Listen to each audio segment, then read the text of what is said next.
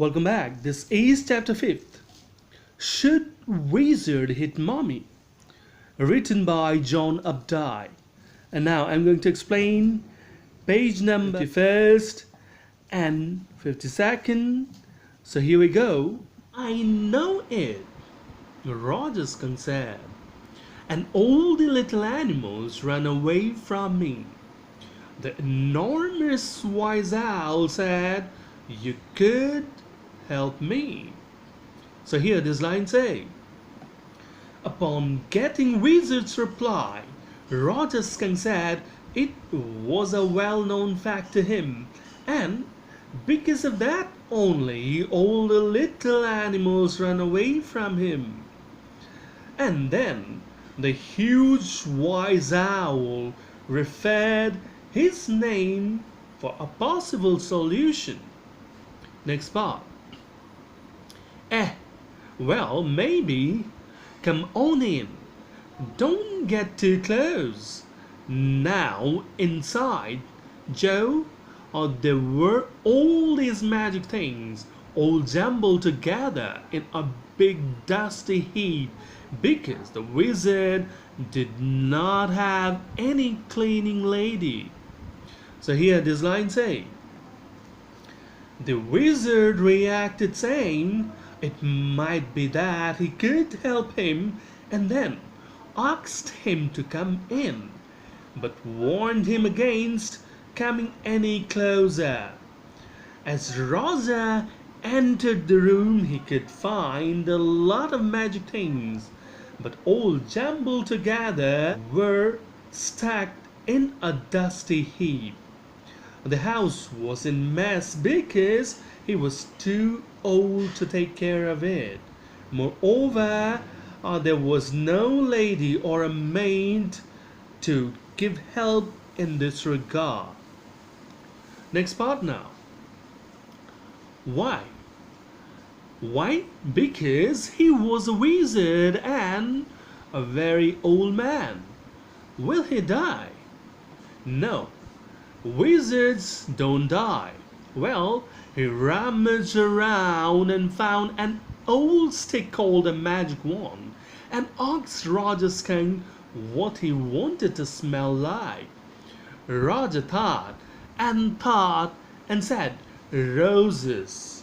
So here this line say, your question as usual. Why, there was no lady. Father answered her because he was a wizard and very old. She asked again if he would die then because of his old age. Jack answered again saying wizards never die. Then he looked for a magic wand, that is a magic stick, in that pile of things and found one. Thereafter he inquired him of his wish as what he wanted to smell like. Roger made a deep thinking and replied with a sudden impulse, roses. Next part. Yes, good, Joe said smugly. Jack fixed her with a trance-like gaze and chanted in the wizard's elderly, irritable voice, abracadabra, hocus poo, Roger Skunk, how do you do? Roses, boses, pull and air, Roger Skunk, you never fear. Bingo. So here, this line say, with satisfaction, Joe welcomed this change. Now, Jack caused some kind of hallucination and she looked with fixed eyes as Father chanted in wizard's voice some magical spell. Next part now.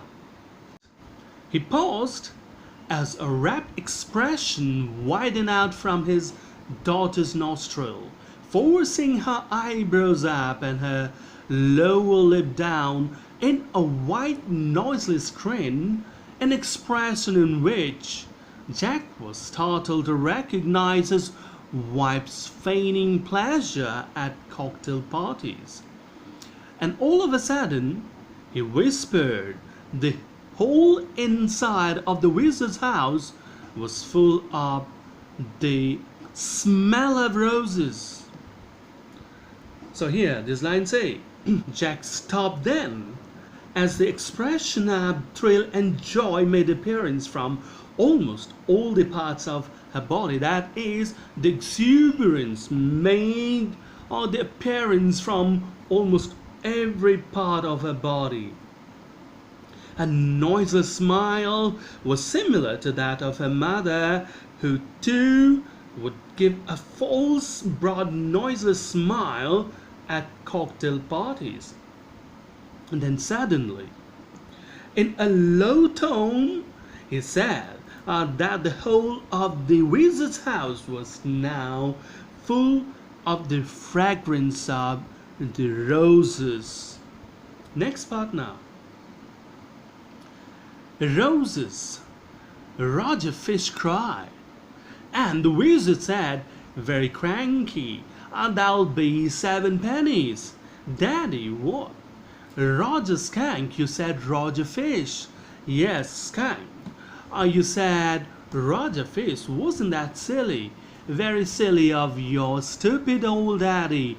Where was I? Well, you know about the pennies. So here this line say, and then Roger Fish shouted roses out of excitement.